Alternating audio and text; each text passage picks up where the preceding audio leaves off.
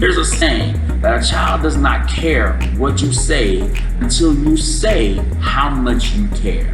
Building relationships is the whole premise de-escalation is built on. You have to have a relationship if you want to properly de-escalate a child from being aggressive. It is almost impossible to correct a child without having a relationship with that child. So effective relationship building takes place outside of the crisis. It starts as soon as you start interacting with your students. So though we may not have physical interactions right now, you still can accomplish this virtually, speaking to them, having conversations with them, checking to see how they're doing. Just building a relationship. You want to know who this kid is, what makes this kid tick, what makes this kid get ticked off, what makes this kid happy, what makes this kid sad, who the kid lives with, what the kid likes to do, hobbies, interests. All that is important because we're dealing with young people, and people have feelings. And in order to be able to properly serve any population, you have to know that population. So get to know your young people. You can accomplish this virtually. And before you start today's lesson, you can have a 4 or 5 minute conversation and just have a check-in and see how's everybody doing. How was your week? How was your weekend? How was your summer?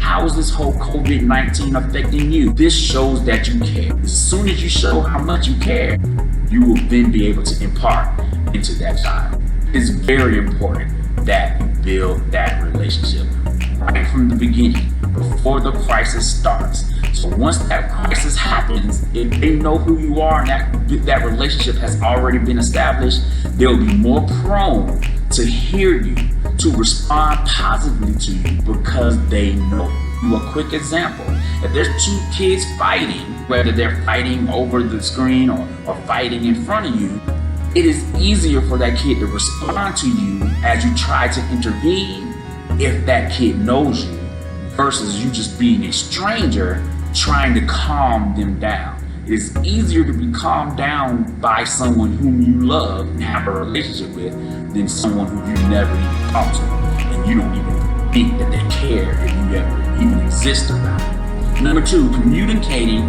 that a student's efforts are seen and encouraged is imperative. This is imperative.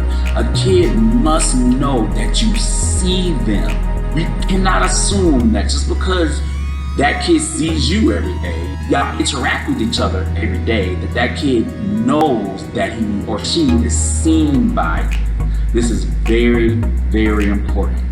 Whether that kid is excelling or not excelling, that kid, every kid needs to know that that person's efforts are being seen, acknowledged, noticed. So make sure you take the time. I've had a teacher tell me or say to me that they didn't have the time to build a relationship or to let that student know that their efforts are being seen, and it drastically affected the student.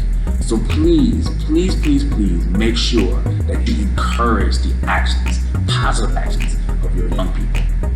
Building self-esteem and building self-image is hugely important because a student cannot focus if that student doesn't necessarily feel good about themselves, if that student doesn't feel like they're mentally or academically or intellectually capable of doing what it is that you're asking them to do, then why would they put forth the effort? You have an opportunity as a teacher to impart in young people things that the other adults in that young people, they're spending the most time out of their lives, out of their work week with you. So build those self-esteem. That goes back to our second point, communicating and encouraging those positive efforts. When you see them trying and see them doing the best that they can, that is an opportunity to build that student's self-esteem. I guarantee you, if you have a student that's really distracting and being disruptive in your classroom, that's the student that has the most issues with self-esteem and self-image. That's something that you can build up again before the crisis. That's something that you can preventively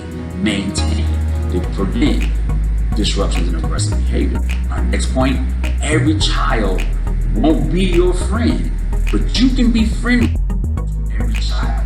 Now, I know professionally we shouldn't be friends with any of the students. Of course, as adults, we shouldn't have 15, 16, and 17-year-old friends. However, we all have students and young people who we may favor, maybe not favor. They catch our attention and we enjoy their presence a little bit more than others. And that's just part of human nature. However, no student should feel that you have a personal issue with them. There are some kids who I just enjoy their presence a little bit more than others, but every kid that I have, every kid that I interact with get the same friendly demeanor. To be quite honest with you, the kids who I have the hardest times, my most challenging kids, I'm the most friendly with them. Because again, when we get into these situations where they're being disruptive or being aggressive, I want them to know this is me talking to you because of the relationship we all have already established. I really want you to listen to what it is that I'm trying to say. Though you may not be everyone's friend, you can be friendly to every student. Last point, and a very important point, behavior changes take a long time to take place.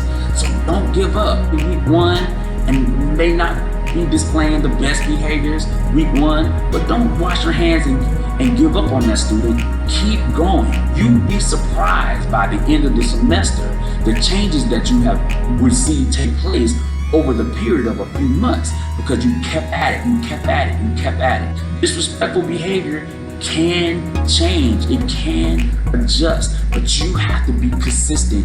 You can't give up. So keep trying. All of these are great tips on building that relationship.